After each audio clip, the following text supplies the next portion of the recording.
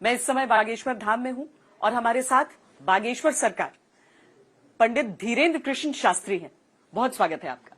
हम जब आ रहे थे बागेश्वर धाम की ओर तो रास्ते भर पोस्टर पोस्टर पोस्टर पोस्टर। जब एक बार मुख्य सड़क से नीचे उतरते हैं तो कहीं हरियाणा वाले, कहीं राजस्थान वाले, कहीं दक्षिण वाले, कहीं राजनीति वाले, सबके पोस्टर ही पोस्टर। शास्त्री जी ये जरूर कहते हैं कि राजनीति से लेना देना नहीं है, लेकिन लगता है कि राजनीति को आपसे बहुत कुछ लेना देना रहता है। मुझे हर पार्टी का पोस्टर दिख गया है आते आते। देखो, बालाजी का स्थान है और बालाजी के धाम पर सबका स्वागत है। शंकर जी की बारात में देवता भी गए और भूत प्रीत भी जाते हैं, सब आते हैं। बागेश्वर धाम पर सब आते हैं। बागेश्वर महादेव, बागेश्वर बालाजी विराजमान है। जो आते हैं जिस भाव से आते हैं वैसा आशीर्वाद पाते हैं। सब सुख लहे तुम्हारी सरना, तब तो ये सिद्ध होगा कि सब कोई आपके यहाँ पर जो है। और देवता चित्त न धरी, हनुमत से ही सर्व सुख करई। सर्व सुख की ये जो चौपाई है तभी सिद्ध होगी जब सब भाव के आएंगे। यहाँ पर राजपीठ से भी आते, साधु महात्मा भी आते, निजी जीवन से संबंधित विषयों को लेकर के सबको। शास्त्री जी, पिछले कुछ समय में हमने देखा कि वो बहुत बड़ी संख्या में आपने घर वापसी कराई लोगों की। प्रश्न ये भी उठता है कि क्या सनातन में धर्म परिवर्तन की परंपरा है, और ये घर वापसी क्या है प्रयास आपके ओर से? पहली बात तो कोई सनातन के अलावा दूसरा धर्म ही नहीं, पंथ है।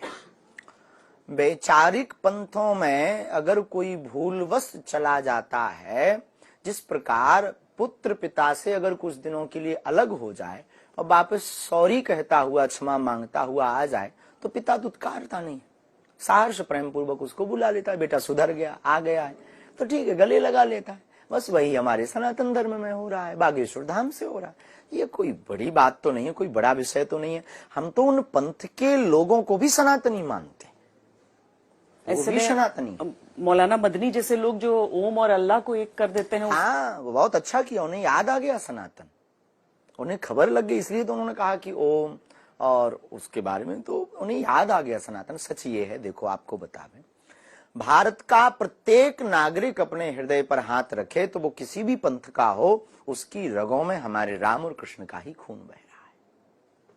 अब ऑफिशियली वो बोले ना बोले उसकी मजबूरी है, कैमरे पे बोले ना बोले ये उसकी मजबूरी है, पर उसकी रगों में राम कृष्ण का ही खून बह रहा है, तो सब सनातनी है। तो ये घर वापसी जो होती है उसकी कोई प्रक्रिया होती है, और क्या वो प्रक्रिया धाम की ओर से अलग है? कोई अलग नहीं। आए, हनुमान चालीसा का पाठ करवाया, मस्तक पर सनातनीय प्रतीक के रूप में जो तिलक है, भाल पर तिलक का विधान है, उस तिलक को लगाते हैं और भगवान के सामने प्रायश्चित करवाते, गंगा जल छिड़कवाते हैं, गंगा जल का पान करवाते हैं। गंगा ही एक ऐसी पवित्र नदी है जिसके स्पर्श से पापी भी तर जाता है। तो जो वैचारिक बदल चुके थे, क्या उनकी बुद्धि शुद्ध नहीं होगी? बिल्कुल होगी। इसलिए गंगा जलपान कर। आपके आलोचक कहते हैं कि क्या ऐसे ही हिंदू राष्ट्र बनेगा फिर? शायद। कि आप धर्म में वापसी कराना चाहते हैं सबकी? हमने सबकी तो नहीं कहा, हम तो सबको मानते ही सनातनी, और हिंदू राष्ट्र है था घोषणा की आवश्यकता है, वो होकर बहुत जल्दी। पर घर वापसी के साथ ही, क्योंकि आपने हमेशा कहा है कि धर्म आवश्यक है, जातियां नहीं होनी चाहिए, पर क्या जब वापस परिवर्तन होता है, जो घर वापसी आप आयोजन करते हैं, तो उसमें कोई जाति का भी अंश रहता है? कोई जाति का अंश नहीं, सब प्रकार के लोग होते हैं सभी में। हमारी यात्रा में जाति को महत्वता ही नहीं है। हिंदुत्व और सनातनी को, धर्म को महत्वता है और मानवता को महत्वता है। हम तो मुसलमान का भी विरोध नहीं करते, ईसाइयों का भी विरोध नहीं करते, उनका भी स्वागत। हमारे यहाँ तो सब कोई मंगलवार को आकर देखे तो सब पंथों के लोग आपको नजर आएंगे, यहाँ पर सब पंथों के आपको नजर आएंगे और सब प्रणाम करते हैं, सबका स्वागत है। और हम तो प्रत्येक भारतवासी को आह्वान करेंगे, आओ सनातन में चले। अन्य पंथों के लोगों को भी कहेंगे, आओ वापसी। आनंद, यहाँ देखो तो कितना रस है, कभी देखें? रस का मतलब भीड़ नहीं, रस का मतलब आनंद, रस का मतलब सनातन कितना व्यापक धर्म है। वसुदेव कुटुंबकम, उदार चरिता नाम, विश्व का कल्याण हो, एक सनातन ही तो है जो विश्व कल्याण की कामना करता, विश्व में मंगल हो। एक सनातन ही तो है जो विश्व की मंगल की कामना करता, विश्व में शांति हो। एक सनातन ही तो है जो विश्व में शांति चाहता है। तो हमने कभी किसी पंथ का विरोध नहीं किया। और कोई अगर साहब राम जी की शरण में विभीषण जी आए थे, क्या भगा देते राम जी? आ गए तो आओ भी, वेलकम है, स्वागत है। उसी प्रकार अगर कोई आ जाता है तो स्वागत है। क्योंकि यहाँ पर घूमते हुए धाम में मैंने बहुत सारी चीजें देखी जो शायद दूर बैठकर लोग नहीं देख पाते हैं। एक नया चिकित्सालय जो यहाँ पर आपका बना है, आयुर्वेदिक है, वो भी मंदिर के ठीक नीचे है। मंदिर के ठीक नीचे है, और वहां पर भी लोग अपना पहुंच रहे हैं इलाज के लिए। जो लोग आ रहे हैं, जो भक्त आपके आ रहे हैं, उनमें एक महिला हम लोगों से अभी मुलाकात हुई जो पढ़ी लिखी हैं और आई हैं, और उनके बेटे को एक बहुत गंभीर बीमारी है और वो चाहती थी कि आप तक बात पहुंचा पाए। यानी कि उतनी आस्था है उनको।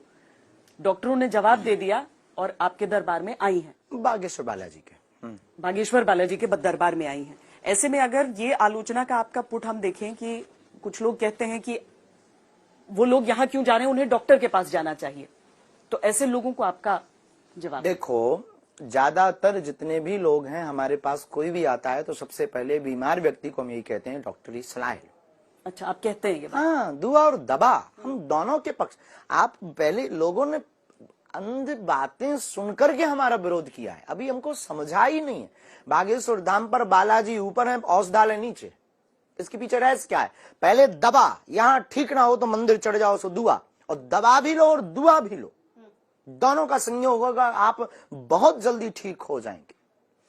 अगर कई बार अखबारों में निकला है महामृत्युंजय के मंत्र से हार्ट की समस्या ठीक होगी। ये क्या है? ध्वनि चिकित्सा है। ये क्या है? ये एक पद्धति है, मंत्र चिकित्सा है। बागेश्वर धाम पर वही है। हम विरोधी नहीं है वैज्ञानिकों के, डॉक्टरों के। लोगों ने मान लिया, लोगों ने समझा नहीं हमको, इसलिए वो बोल रहे हैं। हमारी प्रथम कोशिश ये रहती, डॉक्टर को पहले दिखाओ, उसके बाद जब ठीक ना हो तो नासे रोग हरे सब पीरा, जपत निरंतर हनुमत वीरा। आज सभी रोगों का नाश करने की सामर्थ्यता हमारे इष्ट में है, और वो ठीक होते भी हैं बालाजी की कृपा से।